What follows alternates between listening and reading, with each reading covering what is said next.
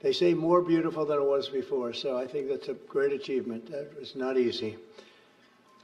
France is America's oldest ally. Our cherished partnership has been a force for freedom, prosperity, and peace from the very beginning. We're now working on some very interesting developments. One in particular, as you know, the war between Russia and Ukraine. In the American Revolution, French support helped us to seize our destiny as an independent nation. In the First and Second World Wars, our citizens shed blood together on the battlefields of Europe. And I'll never forget joining President Macron 6 years ago on the 75th anniversary of D-Day. That was some day.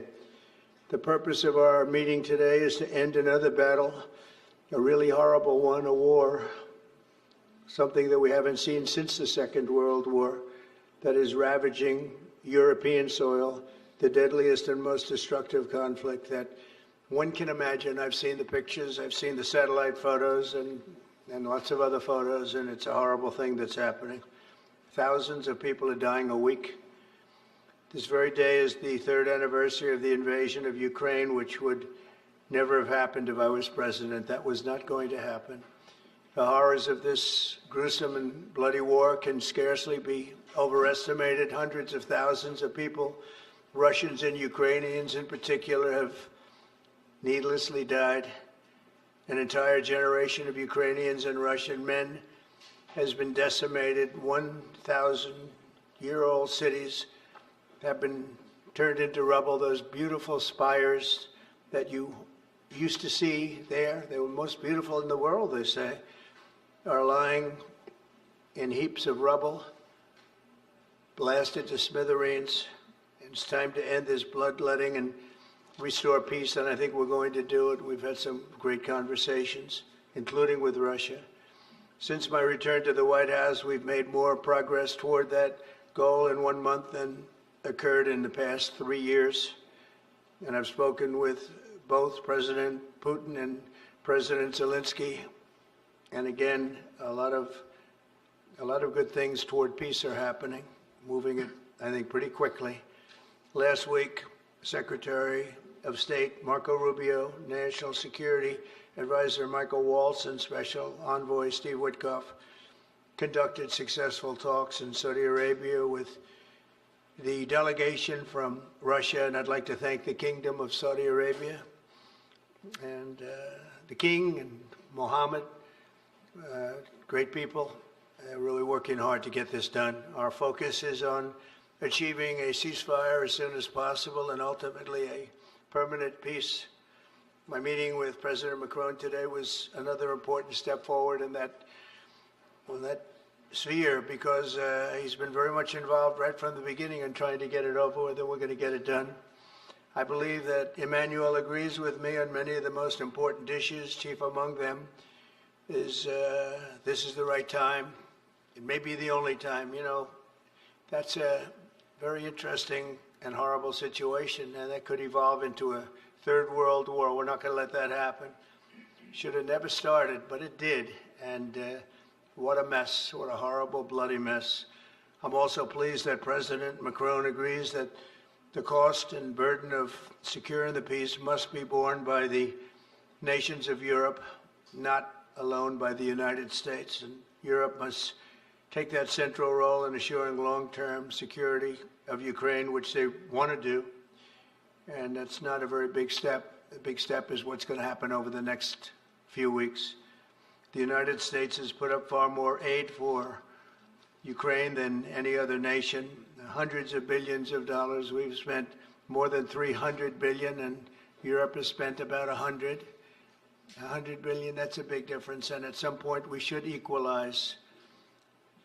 But hopefully we won't have to worry about that. We have other things happening that maybe take that out of the realm of necessity.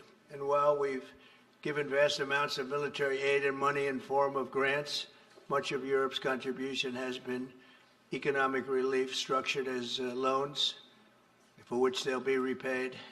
Like the Europeans, I believe that taxpayers in the United States also deserve to recoup the colossal amounts of money that we've sent. The previous administration never even thought of that. They didn't think of a lot of things, like why did they let it start in the first place? That is why we must have an agreement with Ukraine on critical minerals and rare earths and various other things as security. And I think that that's happening. I think we've made a lot of progress. I had a report just given to me before walking in that we've made, Emmanuel, a great deal of progress toward getting that. I've been elected by the American people to restore common sense to Washington and indeed to the world. And I believe strongly that it's in the best interest of the United States, the best interest in Europe, the best interest of Ukraine, and indeed the best interest of Russia to stop the killing now and bring the world to peace. My administration is making a decisive break with the foreign policy failures of the past administration and, frankly, the past. I ran against a very foolish foreign policy establishment, and their recklessness has led to the death of many, many people. Under our administration, we're forging a new path that promotes peace around the world. And when I left office for the first administration, first term, we had no wars, we had no problems. We didn't have October 7th with Israel. We didn't have Russia and Ukraine going at it. We didn't have the problems in other parts of the Middle East. We didn't have inflation. It was a whole different world. And you know what else we didn't have? Millions of people pouring through our borders, many of them criminals released from other nations and put right into our land, murderers and drug dealers, gangs. We didn't have any of that. It's a different time, but now we have it and we're fixing it. We'll fix it all up. We'll get it done as quickly as possible. And we've made a great deal of progress. People are saying it was the best month for a president in our country's history. I hope that's right, but I feel it's right. We've done a lot of things in a very short period of time, 4 weeks. As I've said before, it's my hope that my greatest legacy, however, will be as a peacemaker and a unifier. I want to bring peace, not war. I thank President Macron for joining us today in this urgent work we're doing.